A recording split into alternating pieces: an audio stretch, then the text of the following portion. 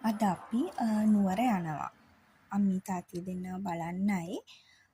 හවස පොඩ්ඩක් රිලැක්ස් වෙලා අම්මී තාත්තියි මල්ලි එක්ක පොඩක් එන්ජොයි කරන්න හිතාගෙන තමා අපි අද නුවර යන්නේ.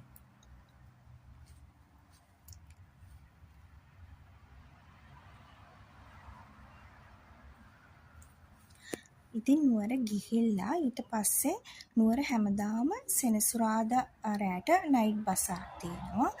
ඉතින් අපි අපේ පුංචිලත් එක්කම නයිට් බසාර එකට ගියා.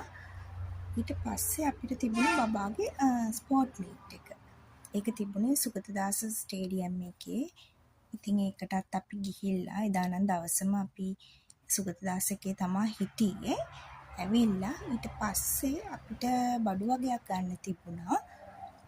ඉතින් ඒ ටික ගන්න අපි ගියා. ඉතින් අපේ බබා එයාට ඕන ඒවා වෙනම තමා එයාට ඕන දේවල් එයා ගන්නේ.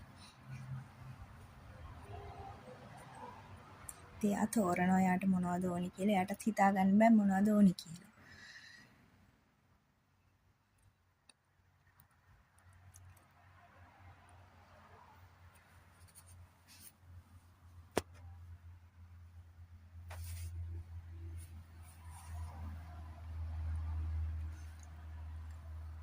ඉතින් එයා එහෙම ලොකු දේවල් ගන්නෙත් නෑ. එයාට ඕනේ පොඩි පොඩි බිස්කට්ස් ඒ වගේ චූටි දේවල් තමයි ඉතින් එයා කැමති.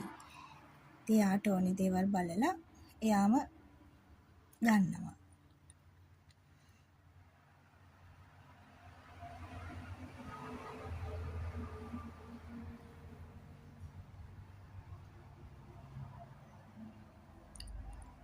එයාට ඉතින් ටෙඩි බෙයාස්ලා නම් කොච්චර තිබ්බත් ඇති වෙන්නේ නෑ. ගෙදර ගොඩාක් තියෙනවා.